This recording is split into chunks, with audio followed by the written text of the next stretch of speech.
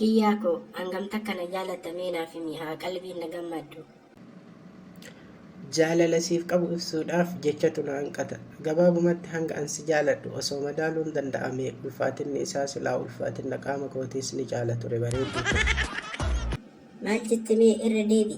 Ashmuurii kee nama siif sobamutti deebisi.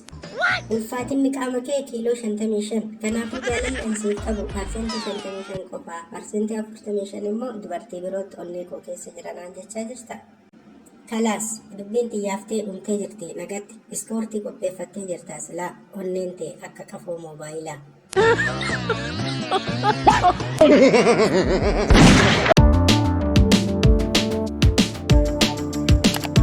Maaltaatimee maaltu si dhukkube rakkoon tee guddoon garana si fidde maali? Rakkoon tiyya hedduudha doktor. Isaan keessaa tan isin biratti yaalamuu danda'uu fi tan isin furuu hin dandeenyes jirti. Tan nuti furuu hin dandeenye erga beekte isin waaqatti dhiise tan nuti si gargaaruu dandeenyu naaf himi.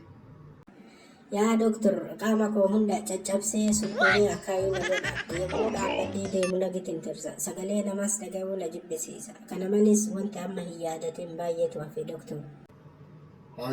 Mee qorannaa laaboraatoorii siif taasifna dabalataan immoo nama si gargaaru waan si barbaachisuuf yoo jiraate naaf waami. Tole jaartii koo wajjin jira waan naaf barbaachisu adaraa isitti naaf dhaamaa doktor. Baga nagaan dhufte.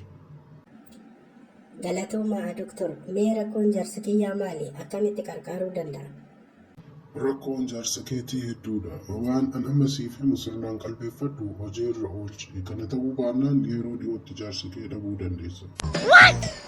Maal doktor kanuma hunda qarqara du'aa gahee silaa jaarsi kee. Lubbuu isaa oolchuuf waan danda'u hundaan irraa raawwadha. Maal gochuu akka qabu mee naaf himi please. Ilaalla ganama ciree gaarii tan fooliin isii ollaa raatessituu fi gorora guusistu qopheessii. Laaqanaaf immoo nyaata madaalawaa dhangaa gahaa of keessaa qabu kan akka marqaa, cuukkoo yookiin immoo finiina nyaachuu qabu. Irbaata irratti nyaataawwan sassalphaa ta'an kan akka ittoo lukkuu akkasumas shoorbaa foorree yookiin kan qurxummii tolchiif. Jidduudhaan immoo muudii isaa kan dabbarre yeroodhaan cheekodhiif.